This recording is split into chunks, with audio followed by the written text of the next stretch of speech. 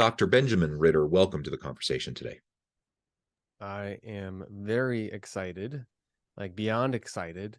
I'm wondrously exuberant. I can't think of some adjectives, but I'm very happy to be here. It's a pleasure to be with you again. You're joining us from Texas. I'm south of Salt Lake City in Utah. We had a nice conversation. We were trying to think in the pre-interview. We were talking, when was that? I would have to go look it up exactly, but it was probably a year or two ago. You were a guest on the podcast. We had a really great conversation then. It's really great to reconnect and to have an opportunity to further explore some really important issues. Today, we're going to be talking about self-leadership, the importance of self-leadership generally, but also how that applies to the concepts of job and career, and really what the difference is between how we can and probably should be looking at job versus career and the role of self-leadership and all of that. As we get started, I wanted to share Ben's bio with everybody. Dr. Benjamin Ritter, founder of Live For Yourself Consulting, is a leadership and career coach, talent development executive, and values geek. He's an international speaker, online instructor, and he does so many really cool things. I'm just looking through this. So many wonderful clients. Ben, anything you would like to specifically highlight from your own background or personal context before we dive on into the broader conversation?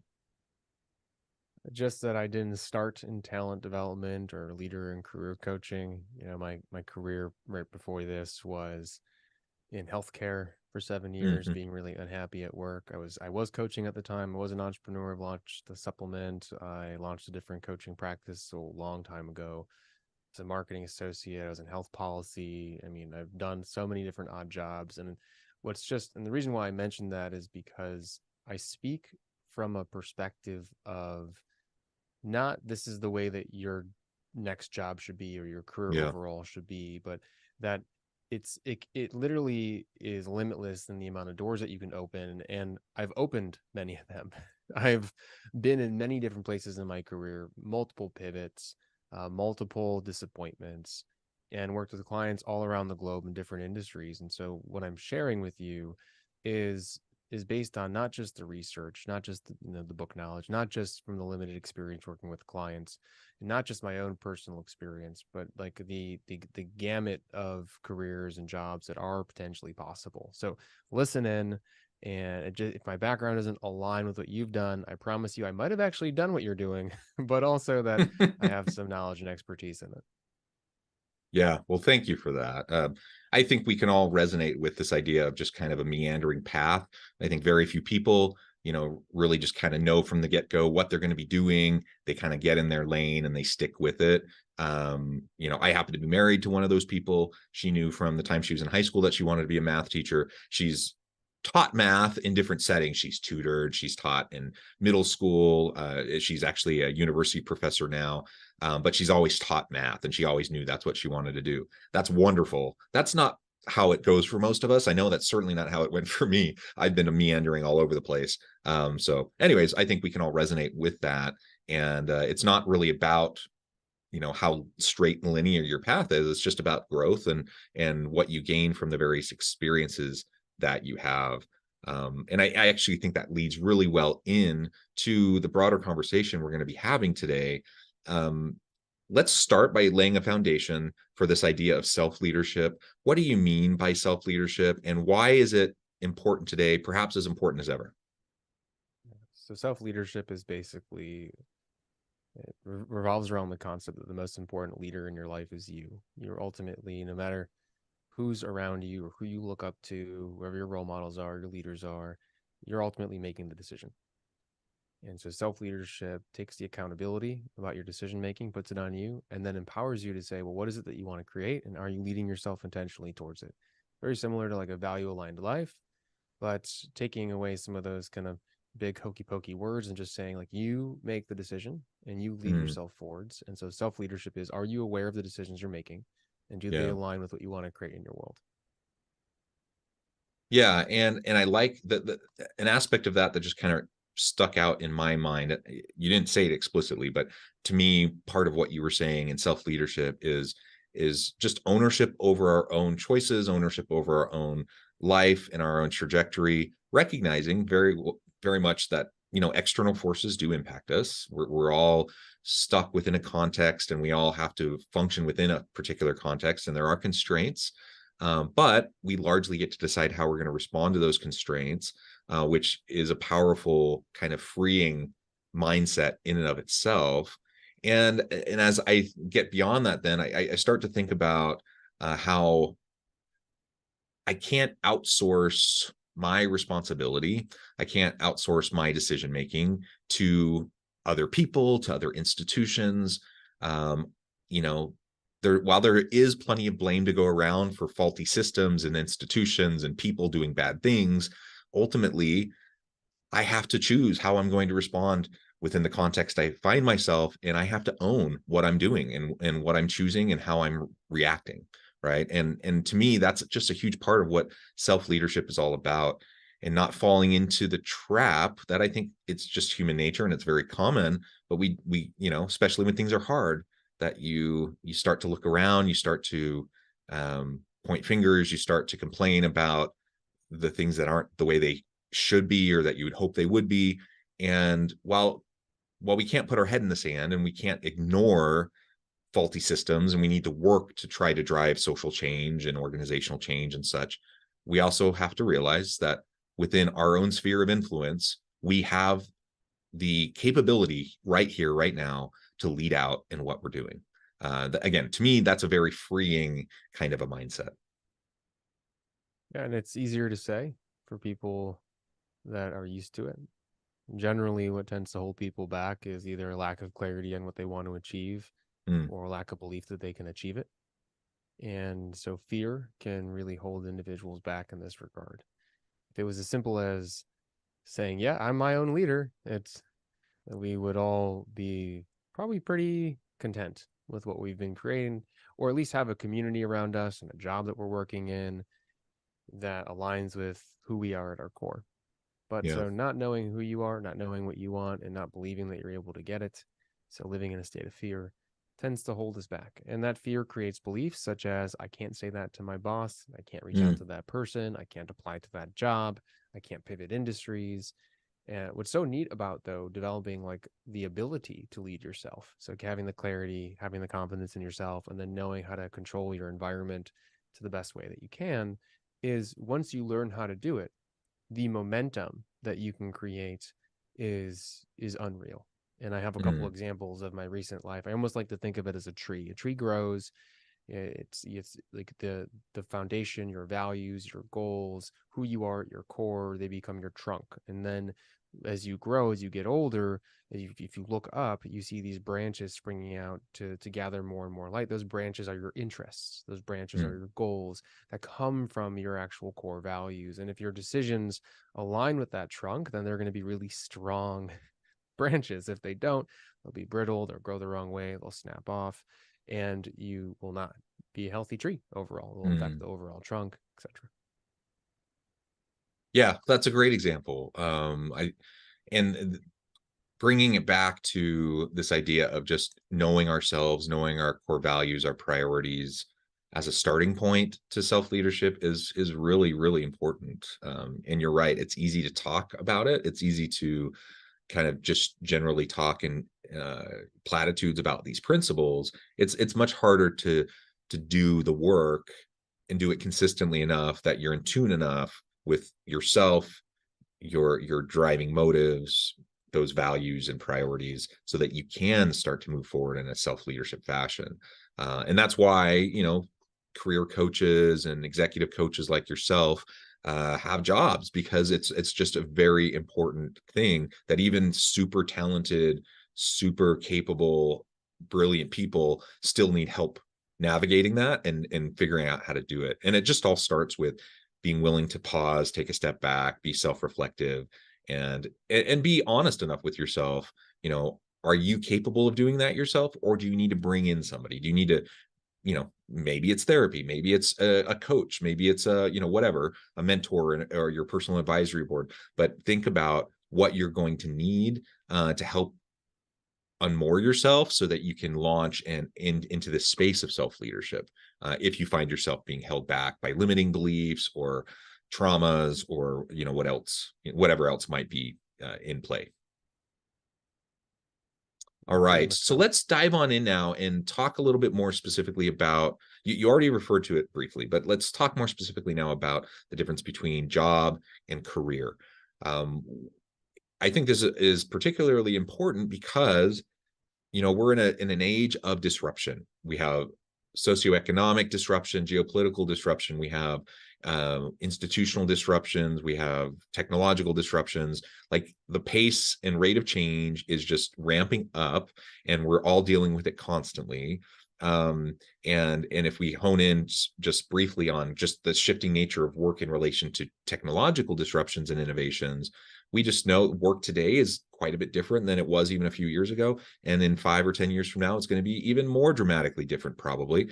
And so this idea of the distinction between job versus career, and what that means for us as we're leading out kind of our own path, whether it's a linear path or a meandering path, like we discussed, it's really important. So can you unpack that for us? What do you mean more specifically by job versus career? And let's explore what that means in the future of work. Well, just going back to the example that I had about that tree, your career can be a trunk and your jobs can be the branches, and the culmination of your jobs make up your career. And honestly, to be able to predict what your last job is going to be within your career is, I would imagine, incredibly difficult. I can say what I care about now and what skills I want to practice and the things I want to learn, but fast forward 20, 30, 40 years, I'm not sure where that's going to lead me. I mean, if you don't believe that, just try to look back 5 or 10 years and see where you were and ask yourself if you could imagine where you are today. The majority of people would say no.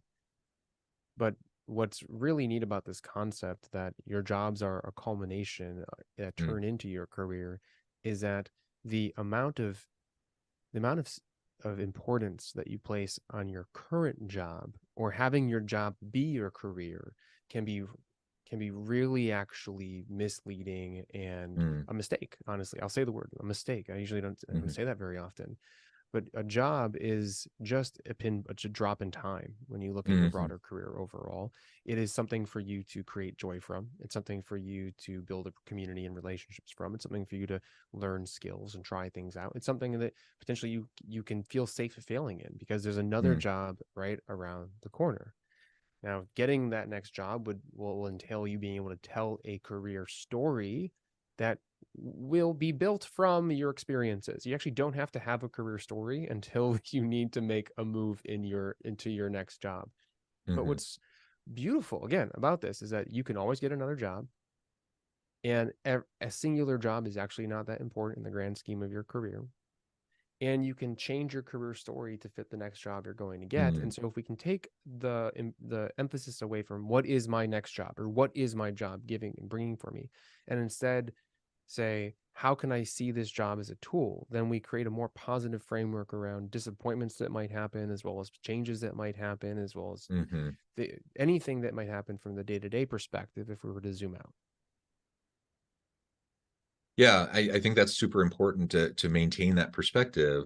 And especially when you have career setbacks, when you have you get passed over for that promotion, you're trying for this new, like, perfect job, like it's your ideal company, your ideal position, you're super excited for it, and you don't even get an interview. Like, these types of things can be devastating. They can really set you back. And I've been there. I've had those sorts of disappointments. I think everyone has.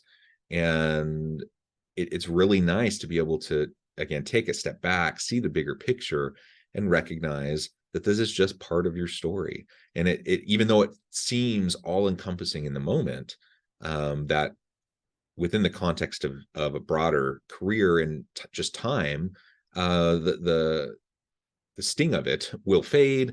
And frankly, oftentimes you might find yourself in a better place a few years later than you would have even conceived of had you gone that path and gotten that job or that promotion where you were. I know that certainly has been the case for me, where I've had some devastating disappointments. I had my plan. I had my year plan, my 5-year plan. I was working hard. I was going at it. I was achieving, I was accomplishing. I was in my mind, I'm like, I'm the ideal candidate for this kind of a position. And it just doesn't happen. It just doesn't work out. And I'm devastated. But guess what? Fast forward 5 years, And I find myself in a better place than I would have been had I gone down that path. And I'm super grateful for it. And so I try to remind myself when I'm in those moments of devastation, despair, frustration, whatever word you want to use, like just remember, John, that this may be a blessing in disguise, and just remember that this isn't closing the door permanently. This is just a minor immediate setback, and you can learn from it, you can grow from it, and there's so many other possibilities out there. The other thing that I just think is so important in all of this is, because of the rate and pace of change, because the nature of work is shifting dramatically, the reality is we all are going to be doing things probably in 5 or 10 years that at this moment, sitting right here, having this conversation or listening to this episode, like we can't even think about, we can't even conceive of. It hasn't been invented yet. It hasn't been even thought of yet, right? And so we're all probably going to be experiencing those things.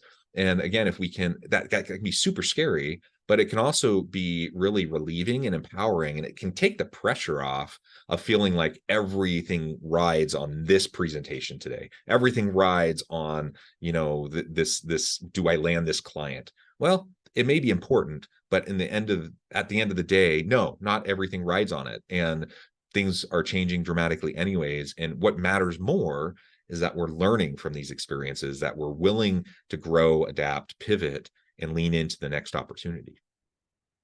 Mm-hmm. A couple of points that I feel like are really important to make from what we're just saying now. And by the way, if you're an entrepreneur, business owner, this applies to you too. I work with clients that have their own service-based businesses. I work with CEOs whose businesses are failing. And you have to believe that if you're an entrepreneur, you're going to be an entrepreneur. And even if you're a successful entrepreneur, you're probably going to then create another company. The thing you're doing now is not going to be the thing you're doing tomorrow. And tomorrow can be a 5, 10, 20-year mark. It's important to remember that, because then it allows us to disconnect how we use what we're doing today to define who we are. And so when it comes to believing in ourselves and in terms of stress level that attached to a specific presentation or project or a moment in time, we can detach from that a little bit too. Because no matter what, everything can always be a blessing in disguise. No matter what happens in your life, you're the author of your story and how you perceive the things that have happened to you. And so you have a choice to say, this helped me get to where I am today, or I really wish I was back in the past. And I really don't know that many people that have a proactive, positive, solution-oriented self-leadership mindset that have ever said, I wish I could go back to this point in time.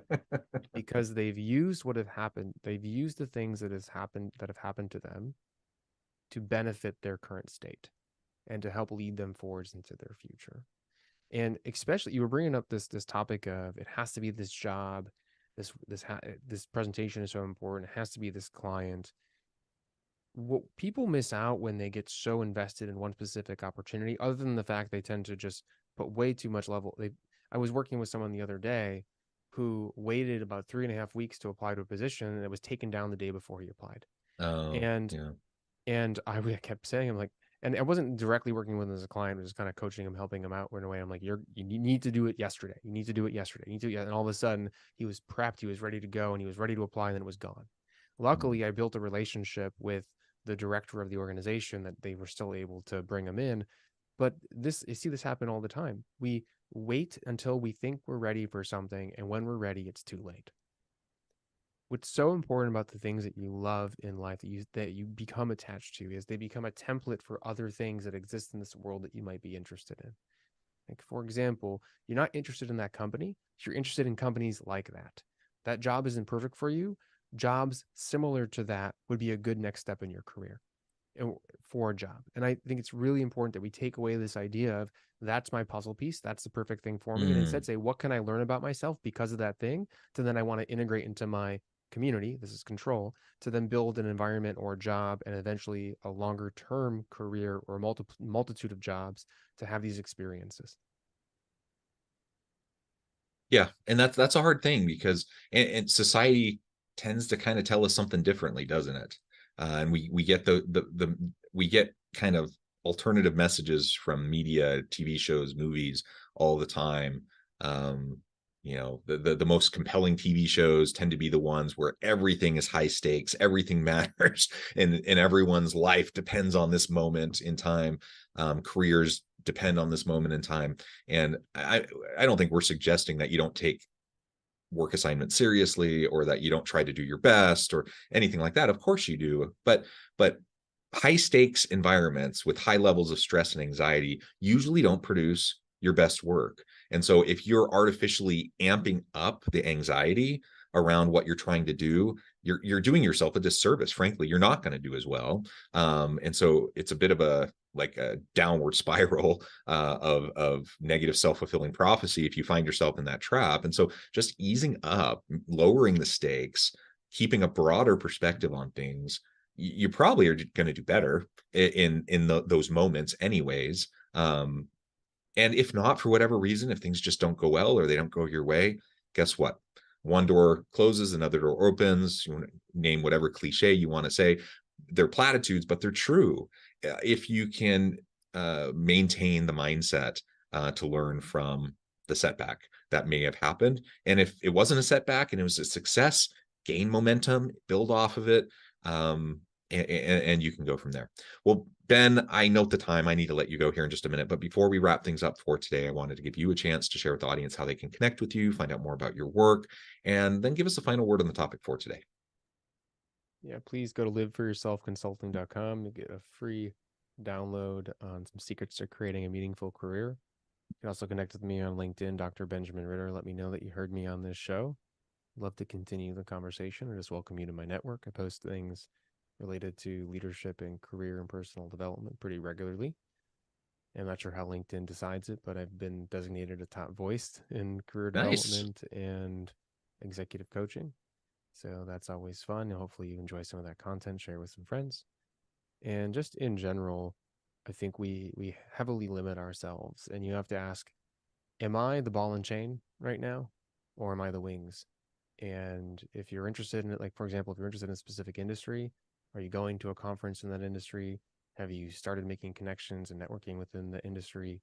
Or are you scared to even apply to a job that you see online? And you just have to ask yourself, am I leading myself forwards no matter what? Or am I closing the doors and sitting in the room afraid, not believing myself? And I know the way that I want to choose to live, and hopefully you pick being your own self-leader too. Yeah.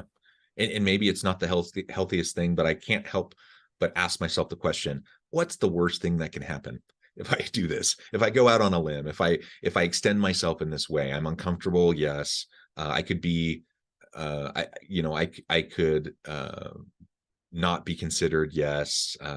Someone could make fun of me. Like there's lots of things that could happen, but what's really the worst thing that can happen? It's usually not that bad. and so just like lower the stakes in terms of like the fear of what you have associated with whatever this thing is that you're hesitant to try. Don't allow that fear to dictate, and just try things, experiment. And that's a fun life to live, I think.